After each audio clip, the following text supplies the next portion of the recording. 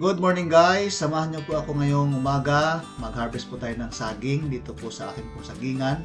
Ito po ay vacant lot dito po sa atin pong subdivision. At ito pong lot na ito ay hindi naman po nila ginagamit kaya tinaniman ko po ng saging noong pandemic. At ngayon po ay punong-puno na po siya ng saba. Kaya dahil kinapos po tayo sa budget, dahil puro tayo outing sa summer na ito, ay kailangan natin magbenta ng saging. Meron na po akong contact na amin pong pupuntahan. At ipapakilo po ang ating pong saging. Ibebenta po natin ng medyo mura lang, 25 per kilo po. Ito po yung ating pong unang saging. At ito po ay Buena Mano sa Biyernes Santo. Sa Biyernes Santo po ngayon. At kailangan pong yugyugin ang ating pong saging para hindi po masyadong bumagsak ng mabilis. Ayan na. So nasa loko naman po. At sakto ay kaya ko naman. So putulin na po natin ito at kailangan po natin mag-ingat sa pagpuputol ng saging, baka matamaan yung ating kamay. So ang taga-video ko po, shout out sa akin pong asawang maganda. Ayan, tatabi lang po natin to kasi meron pa po tayong dalawang puputuling saging. So kailangan lang po nating mag-ingat at putulin natin tong saging na ito kasi ayan. So wag lang po natin putulin lahat. Medyo na-effect yung aking pong pangtaga kasi medyo maliit lang po yan pero matalas po yan. So sa pagpuputol po ng punong saging ay hindi lang po puputulin lahat kasi ito po magsisilbi nilang water absorber or water ang tawag doon supply kasi may tubig po yan kailangan di po puputulin lahat para po may tubig pa po na kakainin yun po mga natirang saging. Okay? So, kailangan po natin itong iligpit ang mga dahon para hindi matamaan yung mga manok ng aking pong mga kasamahan dito. May mga alaga po kasi silang manok. Pansabong. Ayan po, ito na naman po yung pangalawa. At medyo ito pangalawa ito medyo mahirap kasi alanganin po, no? Meron pong ito po siya bubagsak sa akin pong mga bahay-bahay ng akin pong mga manok. May manok po kasi ako dyan naglilimlim. So, bilisan na po natin yung ating video. Tingnan natin. Nagkamali po ako dito kasi dapat pala ay sinungkit ko na lang, itinulak ko na lang dapat ng kahoy sa akin pong pagputol. Dapat pala hindi ko na pinabagsak doon sa akala ko kasi hindi aabutin So, bumagsak po yan siya. Ayan.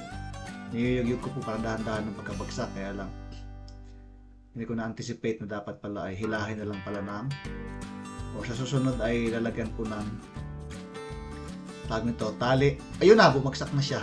Ayan. So, dapat pala lagyan ng tali tapos hilahin na lang para dito naman doon sa bubong ng ating pupulungan.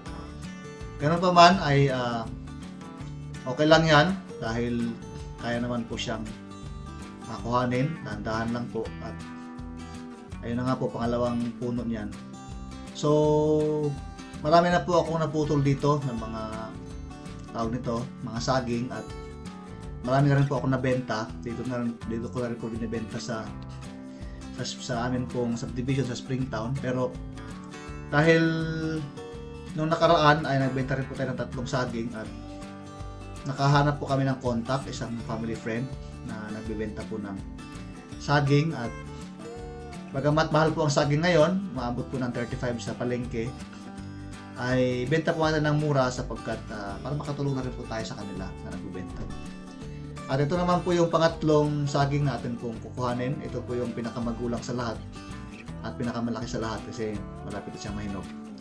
At ayan, nasa loko naman siya at nagkagulo nga po yung mga manok ng ating pong mga kapitbahay dito. So dahil marami po silang manok dito sobrang dami po ng mga pansabong. Minsan po nananalo sila, minsan naman natatalo sila. Ayan, so kailangan na po natin itong ayusin ang pagputol po ng mga mga dahon kasi ma-stop po yung kanilang mga manok. So bali, ang mga manok po nila dito ay nag-request po sila sa akin na mag-alaga po ng manok sa lalim po ng sagingan para pansabong nila. So sa sabong po ay medyo hindi sigurado ang panalo kasi minsan manalo, minsan matalo, hindi po sigurado. Pero sa saging po, laging panalo kasi kung hindi po naibebenta yung saging, ay kakainin, ano? So ayan na nga po, ay ato na pong unsa man sipion, ano? Sipion, sa Tagalog ang sipion. Ihiwa-hiwala natin to at dahan-dahan lang po para hindi po siya masugat. So medyo malaki po talaga itong aking huling na kuha, no? Medyo mataba siya at medyo mabigat din. So for now po ay kailangan ko lang po siyang iwalay at later on po ay ilalagay po natin sa sako.